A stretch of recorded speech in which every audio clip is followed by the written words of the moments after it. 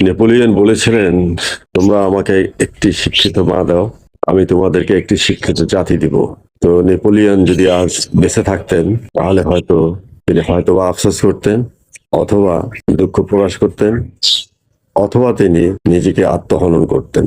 কথাটি এই জন্যই বলছি, আমরা আমাদের সন্তানদেরকে যে শিক্ষায় শিক্ষিত করছি সেটার নমুনা আমরা দেখতেই পাচ্ছি। তাদের ভাষা, ভাষাগত চর্চা, পরের প্রতি যে সম্মান বোধ, পরের প্রতি যে শ্রদ্ধাবোধ, সবচেয়ে বড় কথা তারা যে অসম আচরণগুলো করছেন, যেটি আমাদের সমাজের জন্য অত্যন্ত ভয়ঙ্কর। আজকে আপনি যা করবেন তার ফলাফল আপনাকে ভোগ করতে হবে। আজকে আপনি যা দেখাচ্ছেন তার রিফ্লেক্ট অবশ্যই আপনি পাবেন, শুধু সময়ের ব্যাপার।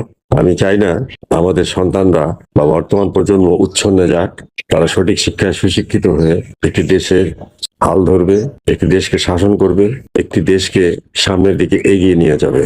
তো সেই শিক্ষায় শিক্ষিত হয়ে সেই সন্তানরা যদি বড় হয়, তাহলে একটি জাতির জন্য অত্যন্ত মঙ্গল। আমি সেই সমস্ত সন্তানদের পিতামাতাদের প্রতি বলছি, আপনারা আপনাদের সন্তানদেরকে সুশিক্ষায় শিক্ষিত করে গড়ে তুলুন। তারা কোথায় যায় না যায় এই বিষয়গুলো নজরদারিতে রাখবেন। ধন্যবাদ রইল সবার জন্য।